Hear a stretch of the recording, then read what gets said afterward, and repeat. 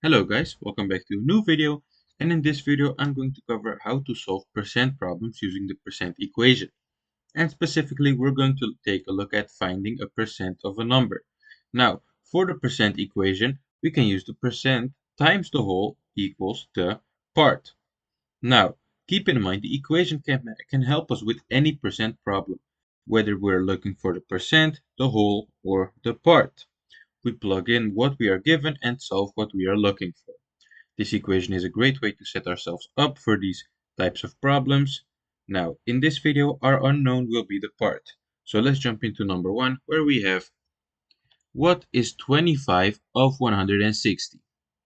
So the first thing I like to do is I like to just write down the equation in variables. So we're going to do P for percent times whole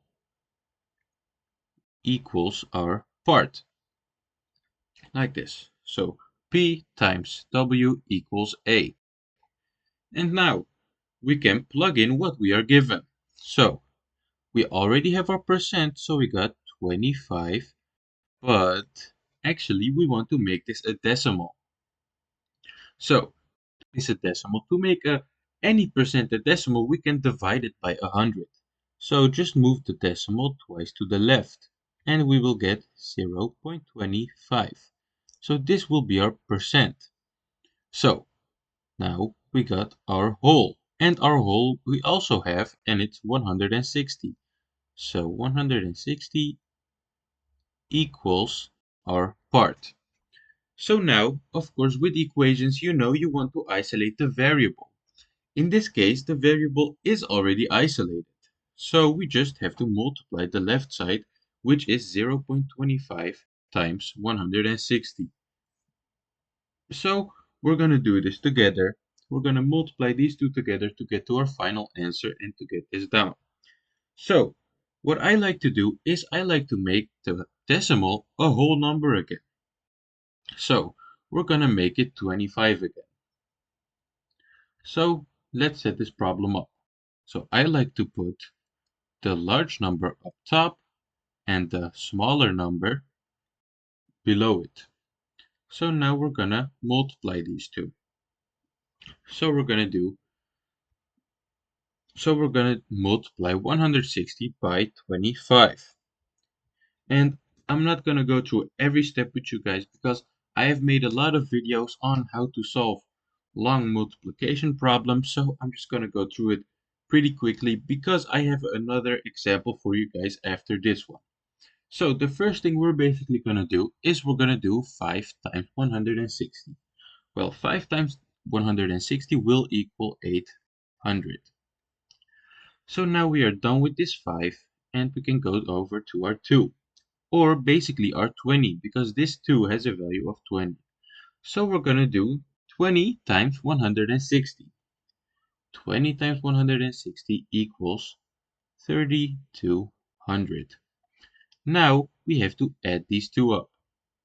Well, 0 plus 0 equals 0, 0 plus 0 equals 0, 8 plus 2 equals 10. So we're going to carry over the 1, place the 0 right here, and 1 plus 3 equals 4. And as you can see, we came on an answer which is 4000. But remember, we took our decimal out. So we have to look back and see how many digits is to the right of the decimal. And that's 2 digits. So we're going to place the decimal on the same spot in our final answer where it also will have 2 digits to the right of the decimal. So we're going to place it right here. So this will give us our final answer of 40.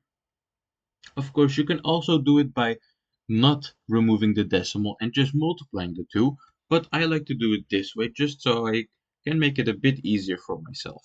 So our final answer is going to be 40. So 25% of 160 will equal 40. So this was my first example. So I'm going to get the second example up for you guys and we will do that one also together. So now we are at our second example. So for this example we have what is 12% of 250. So again, we're going to do the exact same steps to get to the final answer. So the first step we're going to take is we're going to write the equation in variables. So we have percent times whole equals our part. And we already have our percent and our whole, so we can just plug this in. But again, we're going to make this into a decimal. So we are going to turn our 12% into a decimal. So to do this again, we just have to move the decimal twice to the left, like this, and we will get 0.12. So, and our whole is going to be 250. So we got 0.12 times 250 equals our part, what we're going to have to figure out. So again, our variable is already isolated, so we can just start multiplying. So what we're going to do again, we're going to turn this into a whole number again. So we're going to get 250 times 12, like this. And now we can just start multiplying and get to our final answer. So first of all, we're going to do 2 times 250. This will equal 500. Now we are done with this 2 and we can go over to our 10. So we're going to do 10 times 250. 10 times 250 will equal 2500.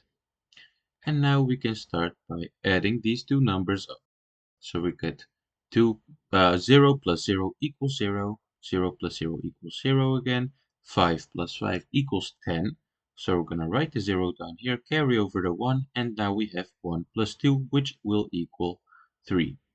And now again, we have landed on 3000, but as you guys know, I had removed the decimal from the 12, so we're going to go look back and see how many digits is to the right of the decimal. And that's 2. So we're going to place the decimal in the same spot where it also has 2 digits to the right of the decimal, and we will get our final answer of 30. So our part will be 30. This will be our final answer. So 12% of 250 will equal 30. So this was basically the video, guys. I hope you guys enjoyed the video. If you did enjoy the video, make sure to leave a thumbs up, subscribe to the channel, leave a question in the comments, and this was Mr. Mathz, and I'll see you guys in the next video.